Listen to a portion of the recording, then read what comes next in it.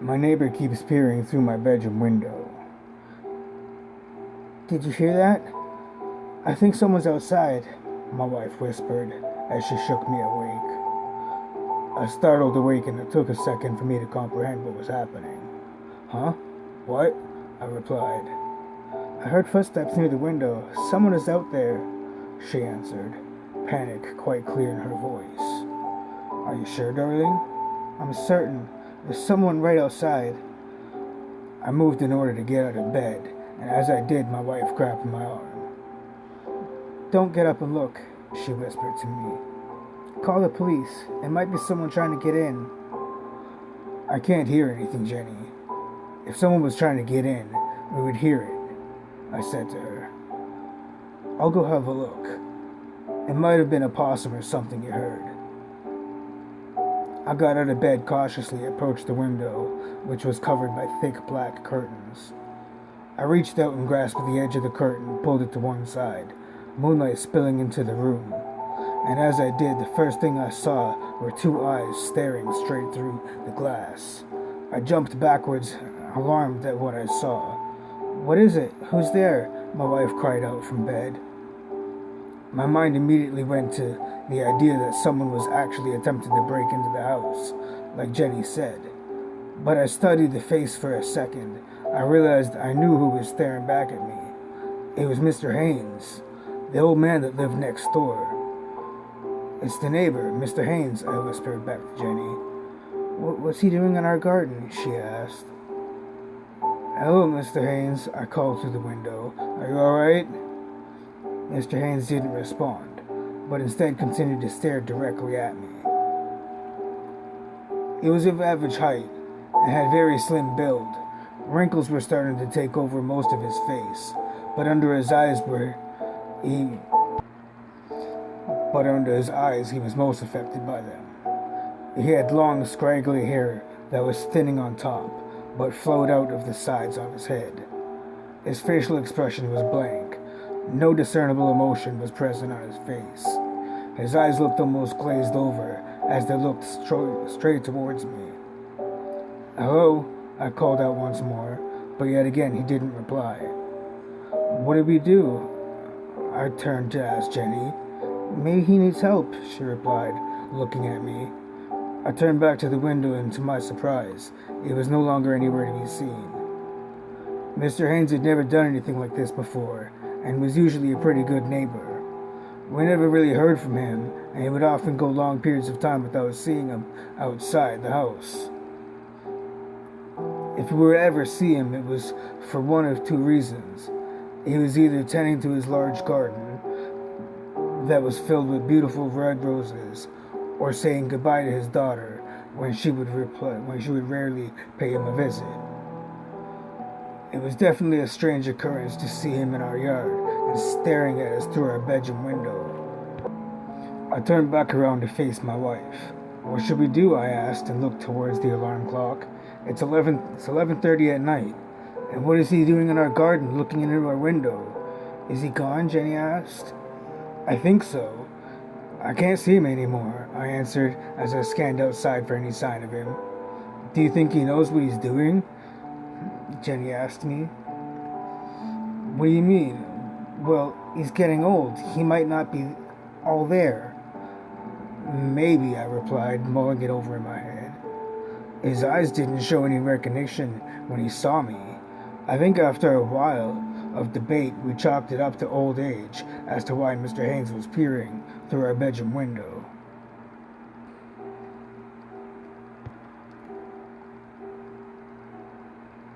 We decided that we would keep the curtain open for the rest of the night and stay awake in case he came back. Then we could give him the assistance he needed to get him back home. I must have dozed off at some point though, because the next thing I remember is being awoken by Jenny asking me a question. Is that him? She asked, and she pointed out into the garden. I responded, still half asleep. Where? There, at the back of the garden. I sat up in bed and craned my neck forward to see better. I looked out across the backyard and it all seemed normal, except for the two faint pinpricks of light back near the fence. I quickly realized that they were a pair of eyes, with the moonlight reflecting off of them. Everything else was encased in shadow. It became apparent that Mr. Haynes was in our yard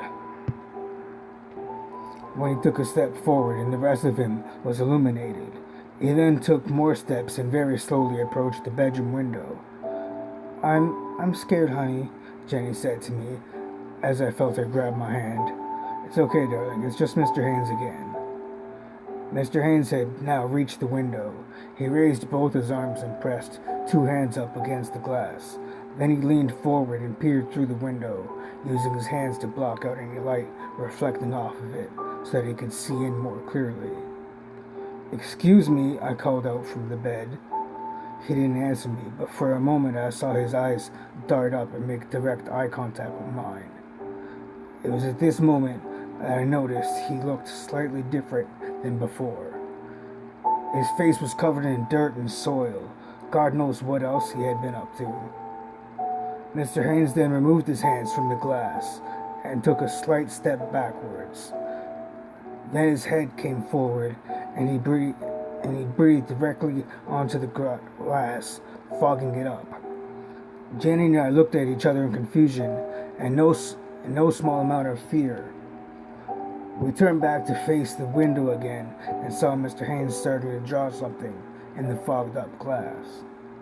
He used his finger, which made a strange squeaky sound on the glass. He drew a straight line upwards, then a few more bending lines at the top of it. Once he was finished, he dropped his hands to the side, and Jen and I looked at what he had drawn. And the glass was a roughly drawn picture of a single rose. Mr. Haynes then raised his arms again, pointed at us, and pointed at the ground. Then, before either of us could respond, he turned around and scampered off through the garden. We should call the police, Jenny then said, breaking the silence in the bedroom. I didn't disagree. I phoned the police and explained to them what had been happening. They told me that they would send a patrol car around to his house to check up on him, but it could still be a few hours before it got there. The glass drawing incident had occurred at 2:30 a.m., and so it could be morning before the police paid him a visit. They did tell me to call them back if he did return, though. Jen and I, slightly relieved that the police had been called, tried our best to go to sleep. We were still shaken up by what had happened, but in the following hour, we both managed to get some shut-eye. I was awoken for the third time by a loud scream emanating from beside me. It was Jenny. I jumped up in bed and turned to face her. In the dimly lit room, I could still see how pale she looked, and that she was shaking. He's here, she whimpered. In the room. I followed her gaze and slowly turned around to see what she's looking at. At the end of the bed, Mr. Haynes was standing and looking directly at both of us. His long, scraggly hair and gaunt body were instantly recognizable. He was also still covered in dirt. I bolted upright in bed, both terrified and angry that he was in our room, watching us sleep. "What the hell are you doing in our house?" I called out to him, trying my best to sound intimidating. He stood perfectly still and perfectly silent for a moment. Slowly his mouth started to open, but no sound came from it. "Mr. Haynes, are you alright?" Jenny called from beside me, terror still present in her voice. Mr. Haynes' eyes darted towards her, and he started to speak. I had only spoken to the old man a couple of times, but the voice that came out of him now was not the same as the one I knew. "Mr. Haynes isn't here anymore," he croaked in a deep, raspy voice. "And you will lay next to him." Jenny and I sat frozen in terror at what he was saying, and also because of the voice he was saying it in.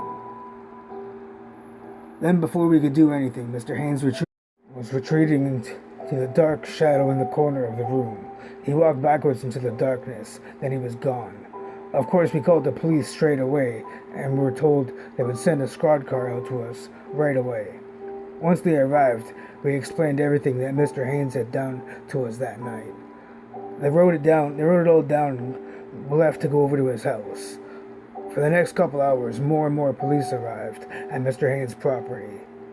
It was in the middle of the morning when we found out why. There was a knock at the door, which I answered. It was a lady in her mid-40s, who I recognized as the daughter. She had tear streaks down her cheeks, and it was clear that she had been crying. "Thank you for calling the police," she said to me. "Otherwise, it might have been a while before we found him." "Oh, that's okay," I replied. "Where did you find him?" A few tears dripped out of her eyes and rolled down her cheeks.